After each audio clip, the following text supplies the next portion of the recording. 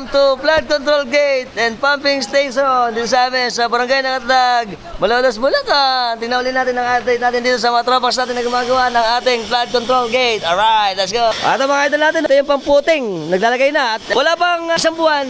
Ngayon, meron silang gate na nakalagay. Ito, bubuhusan na rin to. At yung ating generator. Ayan po yung Flood Gate House. Ayan, minamasin niya na pinipinturahan.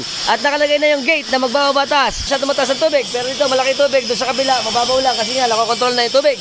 Eto, 5-2 ngayon yan. Ang laki ng tubig. Alright. Yan po ay 27-2025. Alas 11 ng umaga. At ngayon, masisibag natin mga worker. Kawin mo tayo dyan, mga idol. Hihi! Good morning, Philippines! Ang ginagawa ni idol doon, yan yung floodgate na bumababa at tataas. Yung mekanismo sa taas, actuator mechanism pala, nasa itaas na yun. At patatakbuhin nyo ng ating generator dito para magbaba taas yung ating flood control gate. Alright. At malaking bagay ito kasi kita nyo naman, 5-2, mataas dito pero dito sa kabila, mababaw pa rin. O, ayan o. Dahil nakakontrol na yung pagtapon ng tubig dito sa ating lugar para ang ating pagbaha ay medyo mabawasan. Very good. Ito na yung mga puting mukhang lalagay din dito ng buhos na mataas para kadugtong.